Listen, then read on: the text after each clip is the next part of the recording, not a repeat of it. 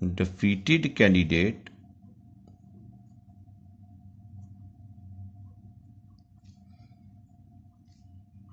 votes